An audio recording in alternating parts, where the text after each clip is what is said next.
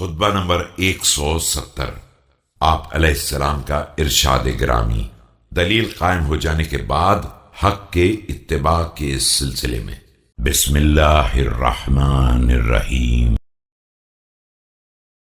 وقد أرسله قوم من أهل البصرة لما قرب عليه السلام منها ليعلم لهم منه حقيقة حاله مع أصحاب الجمل لتزول الشبهة من نفوسهم۔ جب اہل بصرہ نے بعض افراد کو اس غرض سے بھیجا کہ اہل جمل کے بارے میں حضرت علیہ السلام کے موقف کو دریافت کریں تاکہ کسی طرح کا شبہ باقی نہ رہ جائے، تو آپ علیہ السلام نے جملہ امور کی مکمل وضاحت فرمائی تاکہ واضح ہو جائے کہ آپ علیہ السلام حق پر ہیں۔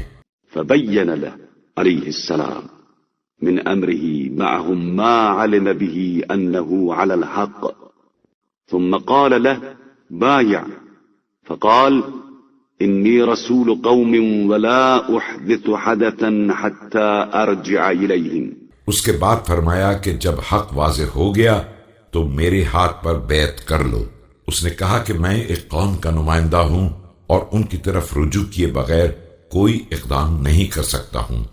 فقال عليه السلام أرأيت لو أن الذين وراءك بعثوك رائدا تبتغي لهم مساقط الغيث فرجعت إليهم وأخبرتهم عن الكلاء والماء فخالفوا إلى المعاطش والمجادب ما كنت صانعا۔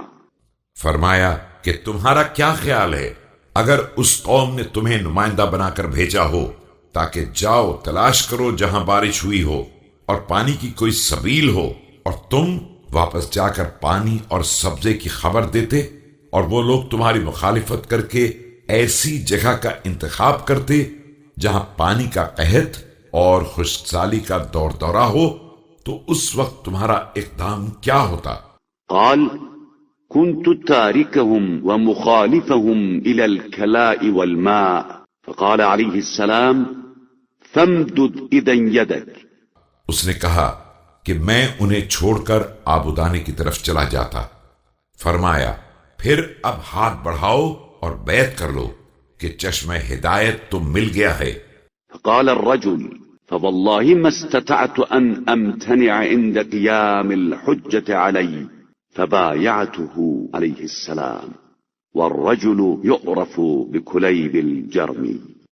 اس نے کہا کہ اب حجت تمام ہو چکی ہے اور میرے پاس انکار کا کوئی جواز نہیں رہ گیا ہے، اور یہ کہہ کر حضرت علیہ السلام کے دست حق پرست پر بیعت کر لی۔